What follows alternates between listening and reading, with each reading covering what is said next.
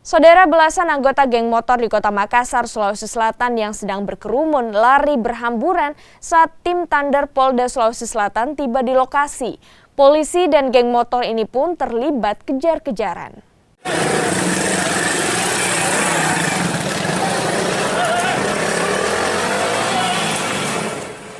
Satu persatu anggota geng motor yang berusaha lari ini ditangkap satu persatu.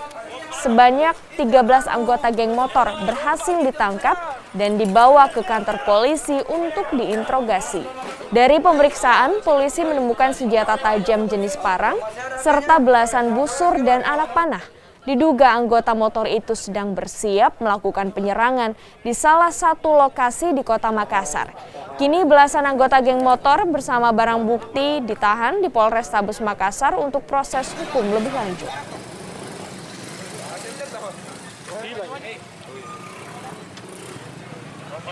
Jadi untuk ini malam kami mengamankan kurang lebih 13 orang pelaku geng motor yang sementara ngumpul di Jalan Mengungsi di Sungai Sadang Baru.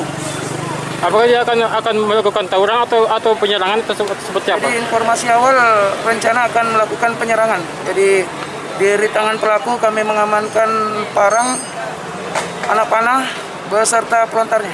Berarti akan melakukan penyerangan ya? Ya, diduga akan melakukan penyerangan. Jadi untuk para pelaku ini sementara kami amankan dan kami kirim serta serahkan ke Mako Polrestabes Makassar.